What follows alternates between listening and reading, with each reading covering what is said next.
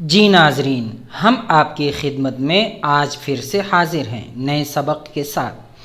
तो सबसे पहले अगर आप वीडियो पहली बार देख रहे हैं तो हमारे चैनल को सब्सक्राइब करें, लाइक करें, शेयर करें और उम्दा सा कमेंट करें।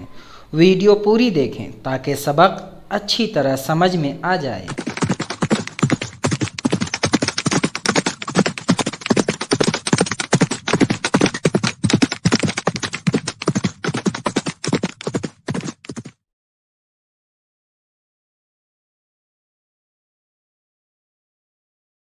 जी मुशाहिदीन किराम, अस्सलामु अलैकुम वरहमतुल्लाहि वबरकातुहू।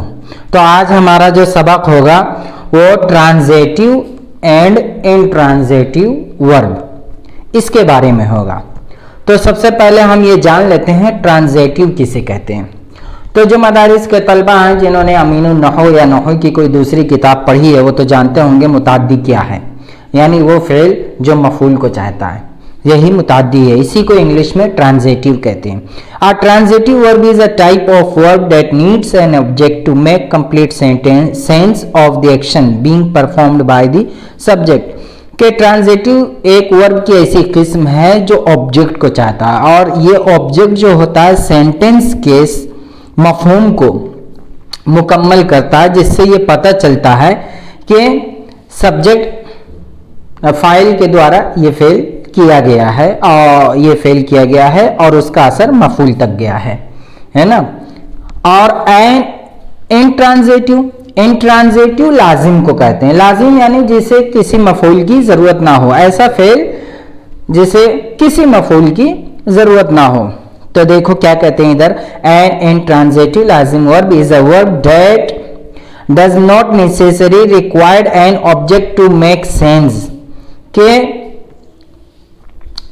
वर्ब के ये एक वर्ब की ऐसी किस्म है कि जिसमें ऑब्जेक्ट की कोई ज़रूरत नहीं होती वर्ब के पूरे मफहूम को समझने में।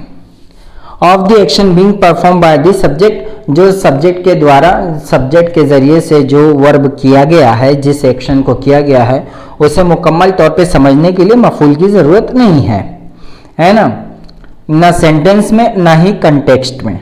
However there are some exceptional verb that can perform the role of the both a transitive and an intransitive verb। तो कुछ वर्ब ऐसे होते हैं जो दोनों में यूज होते हैं, ऐसे अरबिक में भी है जो दोनों में यूज होते हैं, जो लाजिम भी होते हैं मुताद्दी भी होते हैं, तो ऐसे इंग्लिश में भी है। तो उसकी एक मिसाल सिर्फ देख लें बस। एग्जाम्पल ऑफ ट्रांजिटिव वर्ब्स है ना कि the dog chased the cat, के कुत्ते ने बिल्ली को दौड़ाया, है ना। तो ये कैट जो है ये ऑब्जेक्ट है, subject plus verb plus object, है ना। और दूसरा इंट्रांजिटिव की भी एक एग्जांपल देख लें। The old man felt weak, के एक बुजुर्ग आदमी ने कमजोरी महसूस की। तो इसमें क्या, subject plus verb plus complement, तो ये कंप्लीमेंट आया है। तो इसी तरीके से आप ये भी देख सकते हैं कि ट्रांजिटिव और इंट्रांजिटिव में क्या इम्तियाजात हैं, क्या खसाइस हैं, क्या फ़र्क हैं, वो आप देख सकते हैं, है ना। तो ट्रांजिटिव की देख लीजिए। सबसे पहले require an object to make complete sense, के ट्रांजिटिव को एक वर्ब चाहिए ताकि सेंटेंस में जो सब्जेक्ट आया है उसके एक्शन को पूरा मफहूम मिले, ताकि, है ना। और इंट्रांजिटिव को ऑब्जेक्ट नहीं चाहिए। Transitive verb occurs in sentence that follow the, और ट्रांजिटिव इस पैटर्न में आता है एसवीओ। एसवीओ का मतलब subject plus object, subject plus indirect object plus direct object, subject plus verb plus object plus complement, subject plus verb plus object plus adjective, sub adjective plus subject plus verb plus object, ये pattern है। तो ये pattern में use होता है transitive.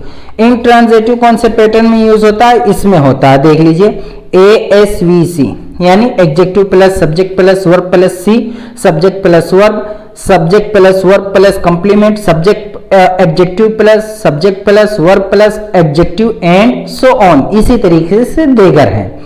A sentence that uses a transitive verb can be changed into a passive voice, के एक sentences जो ट्रांजिटिव में जो जिसका वर्ब ट्रांजिटिव हो वो पैसिव वॉइस में चेंज हो सकता है ना।